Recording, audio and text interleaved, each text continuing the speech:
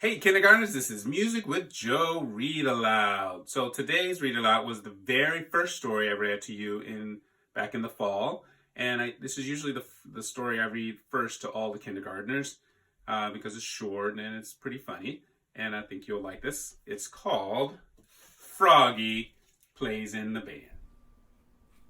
Froggy plays in the band. At school one day, Froggy read a sign. It said, Marching Band Contest. Big prize. Great, said Froggy. A band contest. He flopped over to see Miss Martin, the music teacher. Flop, flop, flop. What's the big prize? Asked Froggy. It's a surprise, she said.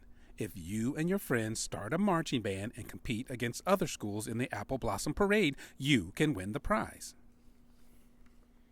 What will I play? Wondered Froggy. Then he remembered his dad's old sax. And after school, he flopped up to the attic, flop, flop, flop, and started blowing on his dad's horn. Froggy! Called his dad. What? Quiet, please. I'm on the phone. I'm on the phone, too, cried Froggy. The saxophone!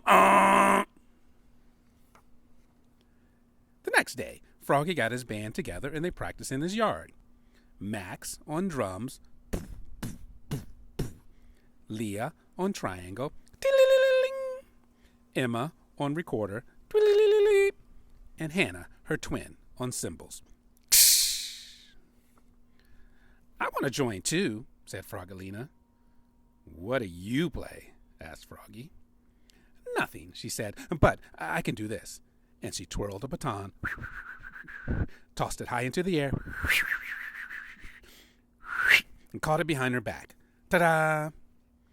So every day after school, Froggy's ragtag band marched around and around the playground. Honk, boom, ding, quillity, ksh. Honk, boom, ding, quillity, ksh. And every day, Ms. Martin told them the rules for marching. Don't look left. Don't look right. And don't stop for anything. What if you have to go to the bathroom? Asked Froggy. Don't stop for anything, commanded Miss Martin, or everybody behind you will crash into you. 3 weeks left. 2 weeks. 1.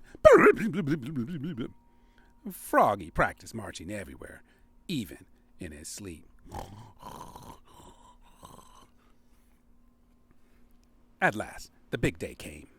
The apple trees had burst into bloom, and the parade was ready to begin. Everybody was nervous, especially Froggy. Ms. Martin said, Now remember, don't look left, don't look right, and don't stop for anything. And the parade began. Dun dun dun dun dun dun dun dun dun dun dun dun dun dun dun dun dun. Being the youngest, Froggy's band marched in front, led by the majorette, the one and only Froggalina. Froggy! Called his father. He was jumping up and down on the sidelines. But Froggy didn't look. Froggy! Called his mother. She was aiming a camera. But Froggy didn't look. Cameras flashed, clowns threw candy, and still Froggy marched, looking straight ahead. Here came the judge's stand. This was the big moment. Froggalina twirled her baton. She tossed it high into the air. And Froggy thought, don't look left, don't look right. And then, boom! Her baton hit him on the head and knocked him down. Oops, cried Froggy, looking more red in the face than green. And then, the rest of the parade piled on. Froggy! Called Miss Martin. What? Came a muffled cry. Are you all right?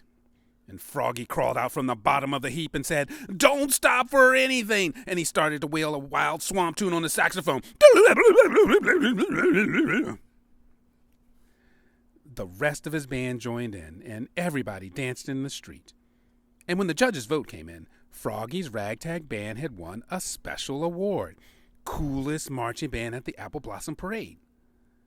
What's the big prize? Asked Froggy. "This is," said Froggalina, and she gave him a big, juicy kiss smack on his cheek.